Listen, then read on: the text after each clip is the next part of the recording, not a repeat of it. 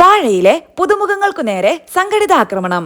പ്രതികരിച്ച് നടൻ ജിബിൻ ഗോപിനാഥ് സമൂഹ മാധ്യമങ്ങളിൽ പങ്കുവച്ച കുറിപ്പ് ശ്രദ്ധേയമാകുന്നു.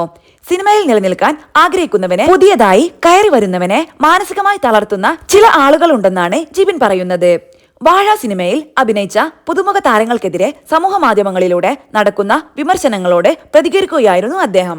OTTയിൽ എത്തുമ്പോൾ സിനിമകൾ കീറിമുറിക്കപ്പെടുന്നത് പതിവാണ്, സ്വാഭാവികമാണ്. പക്ഷേ സിനിമയിൽ നിലനിൽക്കാൻ ആഗ്രഹിക്കുന്നവനെ, പുതിയതായി കയറി വരുന്നവനെ മാനസികമായി തളർത്താതെ കമന്റ് ചെയ്തുകൂടെ? പുതുമുഖം എന്ന പരിഗണനയെങ്കിലും കൊടുത്തുകൂടെ?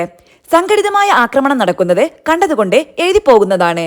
പ്ലീസ്, ഞാൻ എന്ന വ്യക്തി ഇതൊക്കെ ഒത്തിരി അനുഭവിച്ചതാണ്. ഇപ്പോ ഇത്തരം പ്രോബ്ലംസ് എന്നെ ബുദ്ധിമുട്ടിക്കാറുമില്ല. പക്ഷേ പുതുമുഖങ്ങളെ സംബന്ധിച്ച് ഈ നിമിഷം കടന്നുകൂടുക എന്നത് വലിയൊരു പ്രശ്നം തന്നെയാണ്.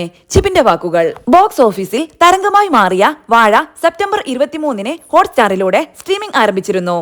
പുതുമുഖങ്ങളായ ഹാഷിർ, സാഫ് ബോയ്, ജോമോൻ ജ്യോതിർ, സിജു സണ്ണി, അലൻ, വിനായക്, അജിൻ ജോയ് എന്നിവരെ കേന്ദ്ര കഥാപാത്രങ്ങളാക്കി ആനന്ദമേനോൻ സംവിധാനം നിർവഹിച്ച ചിത്രമാണിത്. ജയ ജയ ജയ ജയ ഹേ, ഗുരുവായൂർ അമ്പലനടയിൽ എന്നീ ബ്ലോക്ക് ബസ്റ്റർ ചിത്രങ്ങളുടെ സംവിധായകനായ വിപിൻ ദാസിന്റേതാണ് തിരക്കഥ.